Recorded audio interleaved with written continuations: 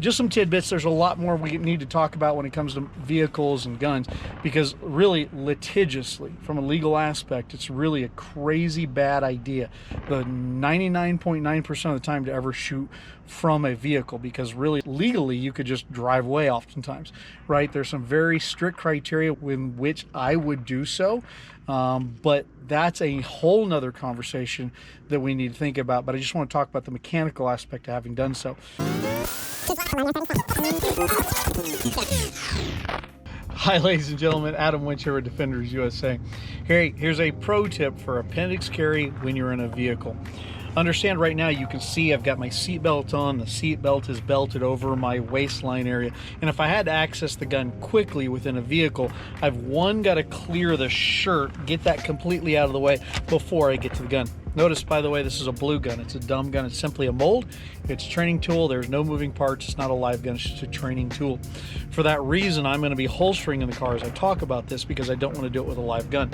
If I was using a live gun, once the gun is out, I'm not going to reholster until I have time to get out of the car and safely put this gun away in the vast majority of situations. Okay, so holstering back a dumb gun. All right, so notice, let me set my seatbelt back up. Notice there's two levels of things you got to get through to get to the gun. One, the shirt's held down by the seat belt, so you got to clear the shirt. Then of course you got to work through the seat belt. So here's the pro tip for you that I use. When I get into a vehicle and I put my seat belt on, the first thing I do is I clear my shirt just like this, and I lay it back over the gun and the top of the seat belt, at least the bottom strap of the seat belt. So therefore, if I need the gun, all I got to do is clear my shirt before I go to the gun. I have to fight through pulling it out stuck between the seat belt and my body. It's just simply a pull, just like it would be for anything else. So it makes it far faster. So I would suggest that's a tip you need to do if you're appendix carrying while you're driving. There's some girls next door being really rude and shooting a lot of guns. They're great shooters, by the way. All right, next, when you pull a gun, if you're in a vehicle seated in a position like this, or really in any seated position, I would tell you need to do something what I call the pop. You need to pop the gun out of the holster. Notice if I don't do that, if I go get it normally and I pull the gun out and I bring it up, that whole process pointed at my bits. It pointed at my legs, my femoral artery, something, as I just slowly, casually swung it up there. Instead, when we get this up, you want to pop the gun immediately, the muzzle immediately up and quickly towards whatever it is that's scaring you. In this case, to say it's something directly in front of the vehicle. So as I clear the garment, I'm driving my hips backwards a little bit, but also up. And then immediately I go to the gun and it's immediately popped up. Notice how the muzzle immediately came up before I extended it. The reason being is I want to keep the time that it's coming out of the holster and down towards anything as minimal as possible. Furthermore, and I know you can't see it in this camera, I also spread my legs a little bit, so there's very little it can actually point at. It really doesn't. So it's an immediate pop up, and then I just simply drive and engage. Okay, so one more time so you can see it at speeds.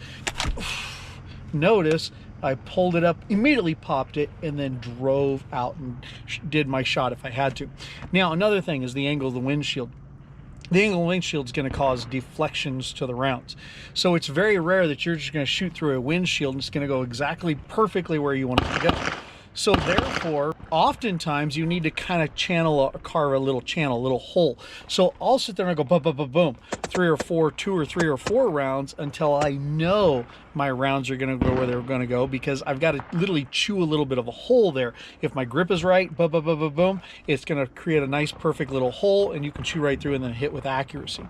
Okay, so I'm going to drive my body back so I can keep my muzzle as far off the windshield as I possibly can when I shoot, because I don't want that muzzle blast come back in my face, glass shards, anything like that. So I drive back as hard as I can, bang, bang, bang, bang, bang, carve a little hole, put accurate rounds on target.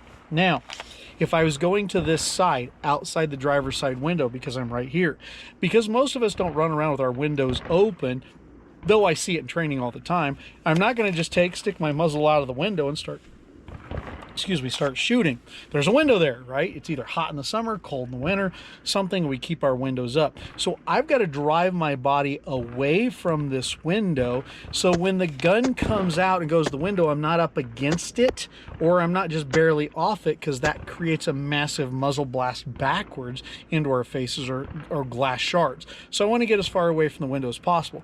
So notice, let's just pretend this window is there. So when I get the gun out, I'm now going to pop it towards whatever scares me. In this case, it's over to my driver's side window. So I'm not going to come out here and then turn. It's going to immediately, I'm going to drive the hips up, as you notice, and I'm going to immediately pop it towards while I drive my body back. So notice it should look something like this. I've gone towards whatever, I see whatever it is scares me, I go to the gun, I immediately pop up, and I'm driving my body back, bang, bang, bang, bang, bang, so that I'm behind the glass. Notice my gun was about right here and the glass was right here. So really about 5-6 inches away, yeah, 5 or 6, 7 inches away as I engage. So I'm arching my body back as far as I can to engage. So back to the pro tips.